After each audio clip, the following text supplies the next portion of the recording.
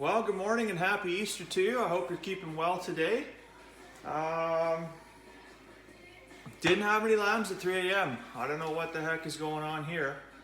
So all we can really do is eat our way through this problem till we get some lambs. So speaking of that, we got some lamb here. So we recently had 4 lambs butchered, and today we're gonna have a boneless shoulder roast. So it's packed in a ham net, and we're gonna slow cook it for probably 5 or 6 hours. We put an old can of stale beer. It's been sitting around in the cold room for about a year. Pour that over the lamb. I'm just gonna dice up some green onions and put it on to cook.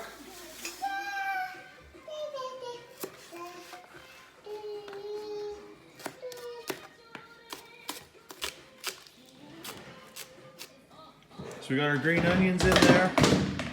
Charlotte's down here destroying the cupboards. Just gonna go ahead and add a little sage dressing. Some good flavor. So you can hear in the background, we've got Radio 1 cranking out through the Google machine. They're gonna spy on you, you might as well be entertained, right? Well, I saw my nephews yesterday. Lane, he said, "Can I be in one of your videos?" Sure, buddy.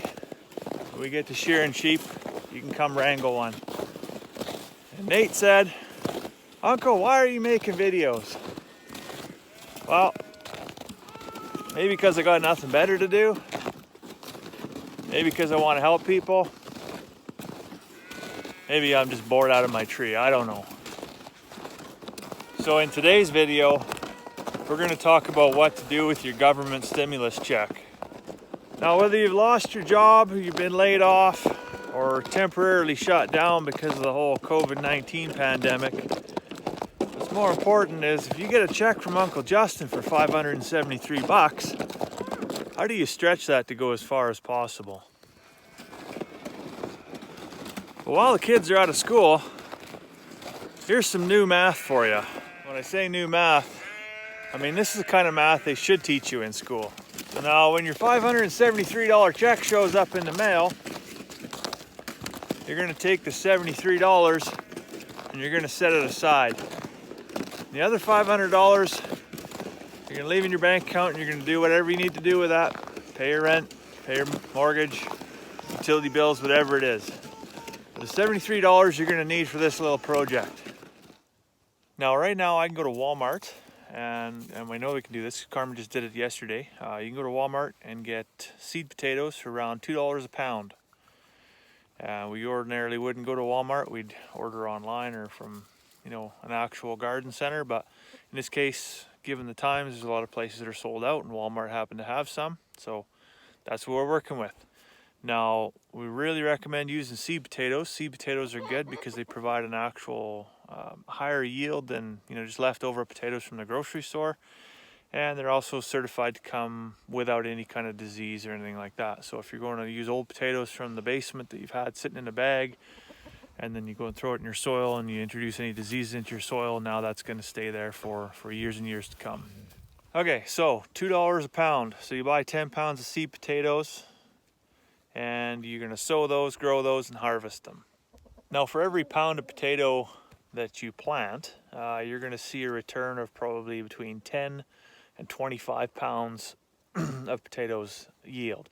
And it all depends, again, on soil type, fertility, the breed of potato that you're planting, weather conditions, everything like that. But between 10 and 25, so there's quite a bit of range. Essentially, for $20, you could get, up to 250 pounds of potatoes sitting there waiting for you in the fall. Now, if we were to go back to Walmart and see what potatoes are actually selling for,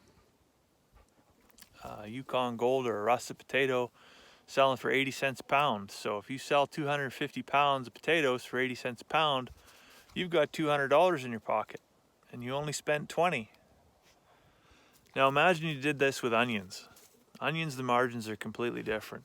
You can buy 100 yellow onion bulbs for $3 at Walmart right now. When that same yellow onion grows up, You go back to Walmart, you see it on the shelf, what do they sell for? 62 cents an onion. So say you round that up to 60 cents.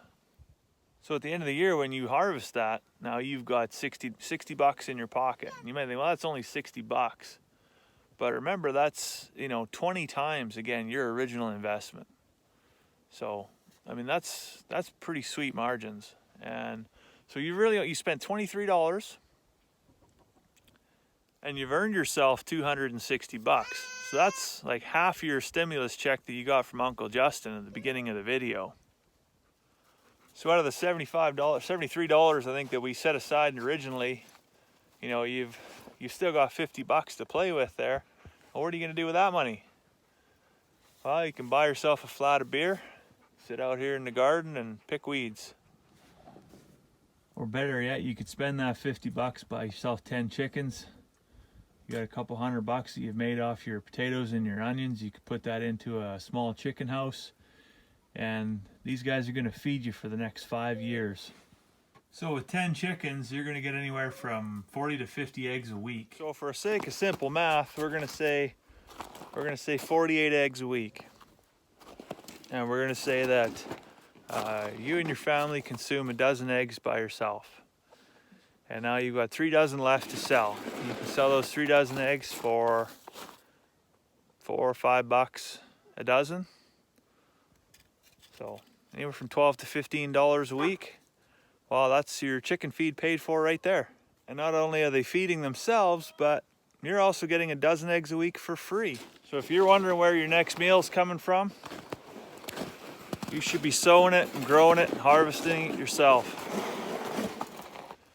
Now that's just some simple farm math. I hope you found the video helpful. Don't forget to subscribe down below.